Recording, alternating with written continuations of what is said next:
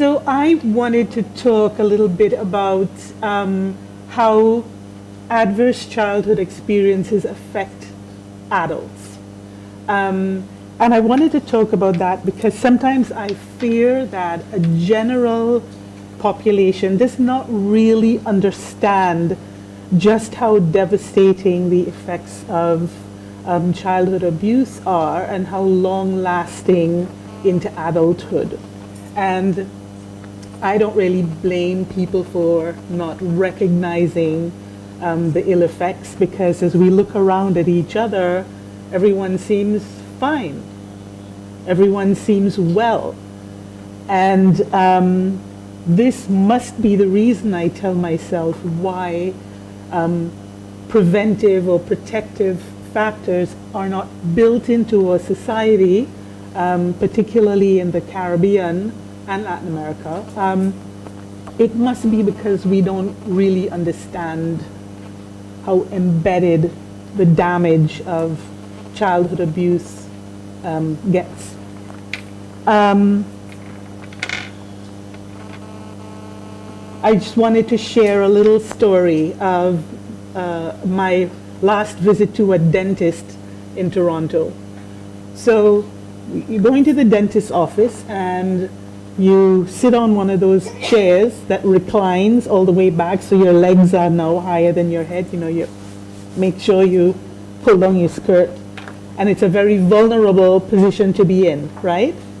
So while I was there, the visit was great, no problem. But from the corner of my eye, I thought I could see people walking by.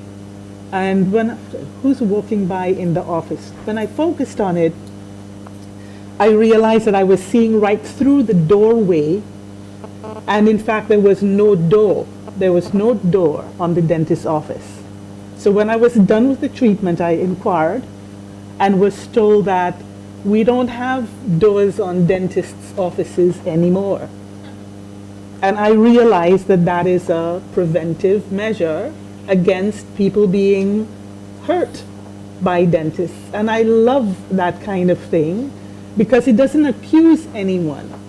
It doesn't say that you, Mr. Dentist, we know what's in your mind, we know what you're gonna do, so we take it off your door. It's nothing like that. It's just a simple policy. And when in Grenada, sometime later, I had a client who had been molested by a high school teacher in his office, I asked, well, isn't there a safe schools policy? Something simple like no door or something. And I called, just randomly, I called 3 or 4 schools and I asked, do you have a safe schools policy? And the answer was, no. Safe about what? Can you be? So in other words, the answer was no. And again, I asked myself, why is it that we don't have more protective measures systemically in place when we have such high rates of abuse?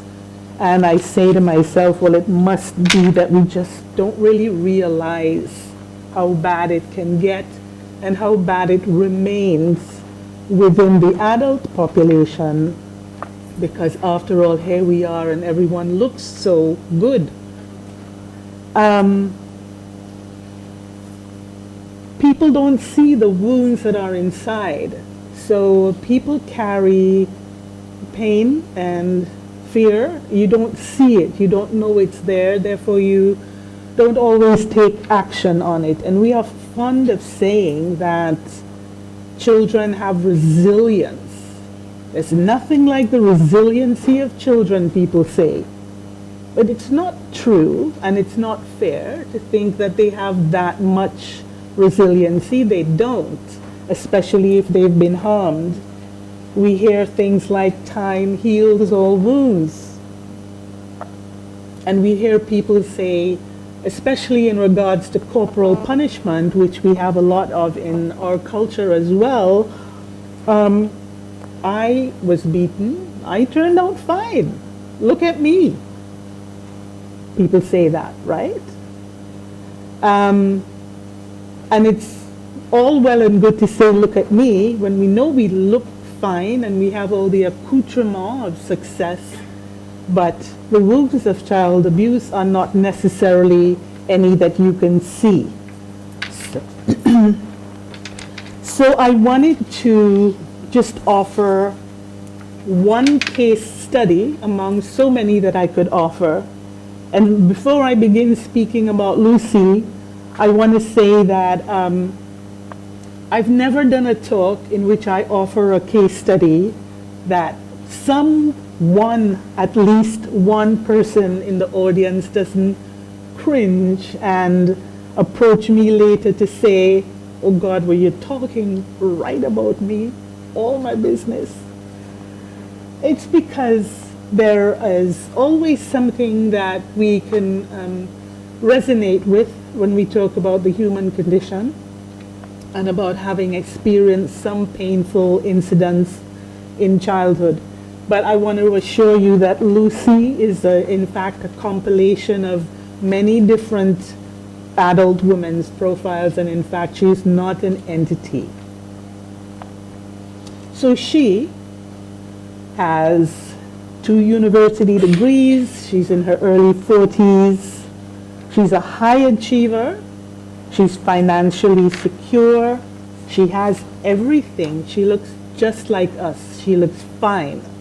There can't possibly be anything wrong with Lucy that she can't fix, because she looks like the type of person who has the means to sort herself out if things arise. But she comes into the therapist's office and her presenting issue is, I lose people. What does this mean, you lose people? Well, what she means is that her relationships don't seem to last. She's had many, so in the first instance, I'm speaking of intimate relationships with boyfriends and lovers. She's had many of them and they just don't seem to last. But Lucy also complains that her relationships with friends often get very complicated, and she has lost many friends, and that in her position as a corporate executive, she often runs into difficulty with her peers in the workplace as well. So one of the things we've already heard this morning is that trouble, failure to connect in childhood will result in a failure to connect as an adult. And this is one of the things that Lucy is going through as well. So I can best describe the way her mind works when she begins to get into trouble relating with people, bonding with people, and forming connection with people by telling you another little anecdote about, so it's a story about Jack and the flat tire. So Jack is driving home late one night. It's a long, winding farm road, and his tire goes flat. When he gets out to check it, he sees that he doesn't have a tire iron in the boot. So he can't change a tire. He needs to get a tire iron. And luckily, way in the distance, he sees a farmhouse with a light on, and he must walk there to borrow one and hope that the people have any. So he buttons up his jacket, he sets off, and he begins talking to himself, as Jack is wont to do, and tells himself, this walk is for nothing. I'm going to get there. They won't have it. They probably don't even have a car. Look at that. I wonder if anybody's home anyway. Well, maybe they're sleeping, and when I knock on the door, it's going to be. And there it starts. Jack has this propensity to just spiral into one long string of negative thinking, and it builds on itself, and he gets worked up. All there by himself, he gets all worked up into a lather, and by the time he gets to the farmhouse, knocks on the door, and is met by a lovely couple. Hey, what's up? Jack is a bundle of whatever he's become and tells them, you know what? You keep your goddamn tire iron. What the? Now that look on the couple's face in the farmhouse, if you can imagine the look on their face when they receive this, is really quite similar to the kinds of looks that Lucy receives from her relationships, because she has that tendency to reach conclusions based on perceptions that seem correct but just were not true. She gets triggered, and that sets off old fears. Her emotional, what was the term? She becomes deregulated, and she can't make sense of what she is feeling, seeing, and experiencing, but what she does have is a very high intelligence. So she applies all of her logic, her academic logic, and she makes things make sense. She makes the best meaning out of confusion that she can. But she often, with her boyfriend, for example, is saying, well, you weren't returning my calls. And I know what that means. Or, you were talking in your sleep. Who were you dreaming about? Don't think I can't read your mind while you're sleeping. Don't try to fool me.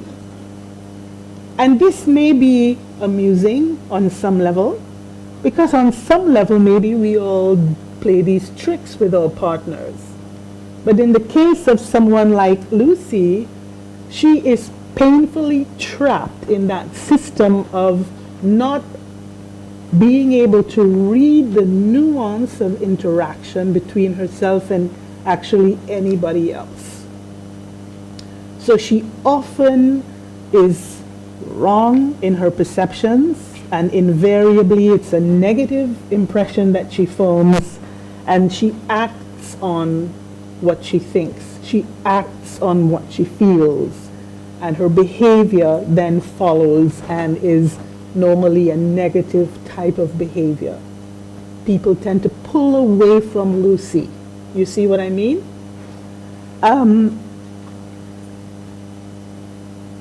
She begins to feel something is wrong with me.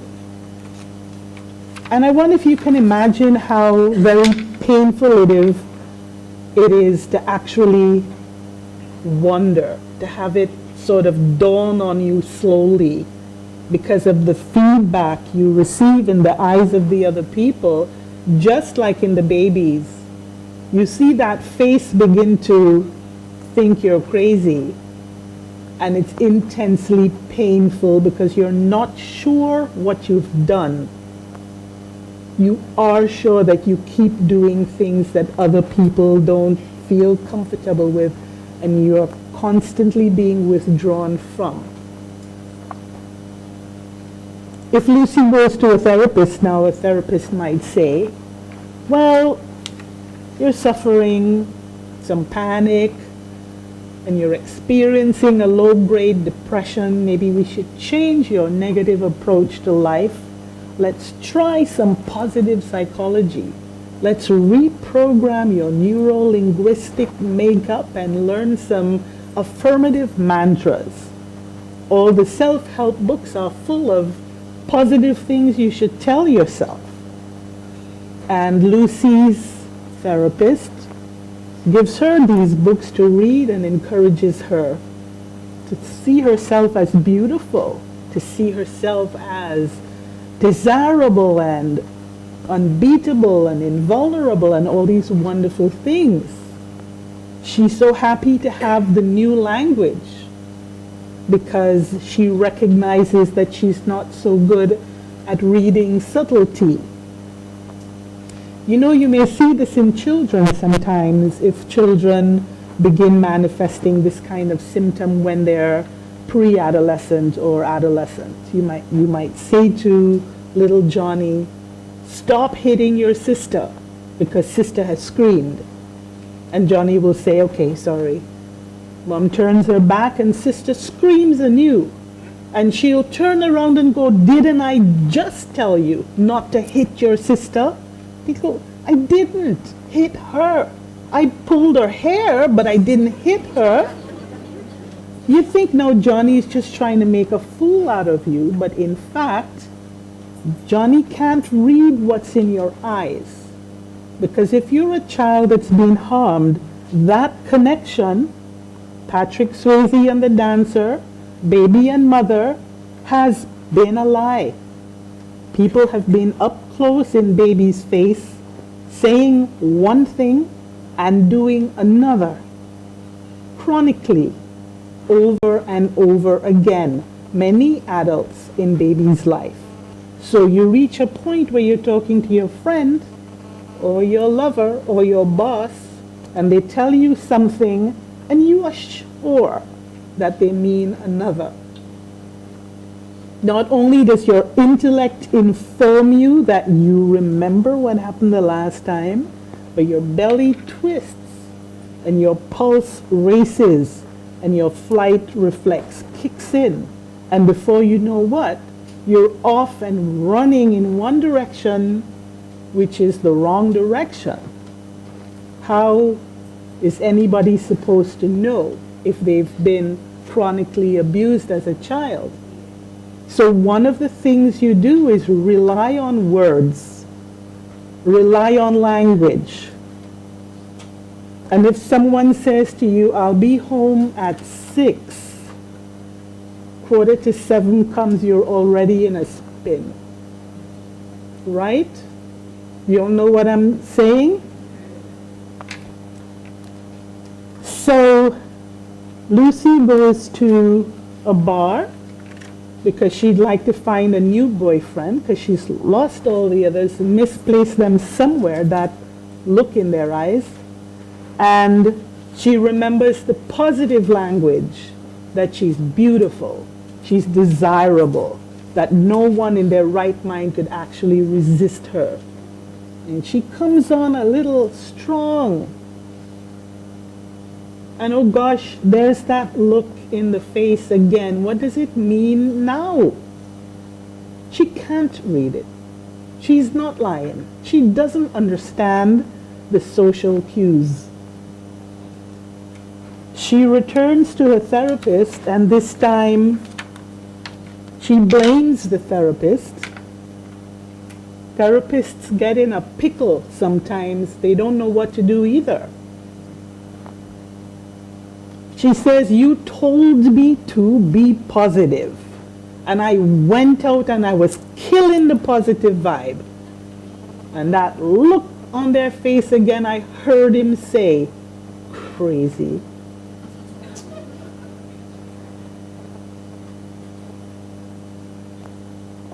Lucy now needs to take responsibility for the fact that, listen, 5 minutes? That she doesn't see the shades of gray, that she calculates her existence mathematically, and that she needs people to abide by rules and restrictions, and it's too tight. She can't do it. She jumps in another direction. Her medicine is to be a strong leader. And I'm sure we know many men and women who are like this. She needs projects to lead. We work in the NGO community and we're there as well. What is it that makes you say, I'm going to rescue the whole demographic? And they will see me as an able leader. Lucy wants to visibly be put on a pedestal because up there she'll be safe, you see? It's not really that she thinks she's better than anybody, but because she needs to step a bit away from the herd for her own survival. She needs to rescue and be seen as a Mother Teresa or somebody like that. The harmful thing here is that Lucy will create a crisis in order to save you from it. I wish I had days to discuss all what that means. But remember what I'm saying, that tendency to, if there's no trouble, you make a little trouble because then you can solve it. And people will say, wow, what would we do without you?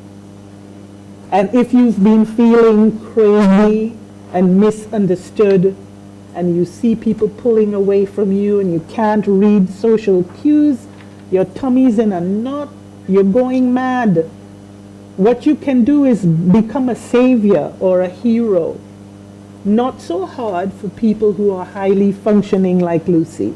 You can in fact create this kind of trauma. And the therapist is now taking out psychometric charts and adding up that, so she's a bipolar. Is it she's a malignant narcissist because she's now making trouble, right? So mental health issues are part of the adult survivor of childhood abuse if the issues have not been resolved. And then you can just go on ahead and have a public breakdown. Suppose the very highly functioning academic were up here giving a talk like this and something triggered her. And she said something that the room thought was off. And the whole room began to draw back. Can you imagine? She would break down, but not in a way that anyone would recognize. A part of herself would split off, dissociate, and begin to help her keep running in her executive function so that she completes her task, while the other part of her inside gets smaller and smaller and smaller. She will eventually, in cases like Lucy's, it's not unlikely that she will request to be institutionalized, or if she can afford it, retreat into a spa for a month or longer, because that kind of mind knows when it's breaking down but can't do anything to save themselves. They've not learned self-soothing. They've not learned regulation. They've not learned a way out of an uncomfortable fix except to brace down. And when you brace down, just like the two gentlemen were saying before, Ed and Richard, the system goes haywire. You have a misperception of danger. So as soon as you have the misperception of danger, everybody's already looking at you as though you're crazy because you're off and running, reacting to something that nobody else can see. What's wrong with you? It's not like that. You have it wrong. And she gets scared. So that sets it off again. She will do something very inappropriate and then feel ashamed about it, feel inadequate, and the whole vagus nerve kicks through the GI tract, kicks through the adrenal system, comes up to the thyroid, the lungs get full of wind. Your system is haywire. And while your system is now struggling to suppress these gone awry feelings that are just wreaking havoc with everything, you don't have any energy left to manage your situation. So things break down, and along with the list of physical ailments that have been described before, chronic fatigue, the immune system stops working, and so on, then there's also mental health problems that can be given psychiatric diagnoses. And what was it that caused Lucy to get so? So she suffered chronic sexual abuse for many years. In her father's eyes, she saw one thing while he did another, and she never learned to tell the difference. So she has no gut instinct anymore. It's been damaged. Worse, she's raised in a culture where child abuse is sort of goes along. There aren't enough preventive measures in the culture. Children keep being harmed. In the Caribbean, we have 1 in 2 girls receiving their sexual initiation by force.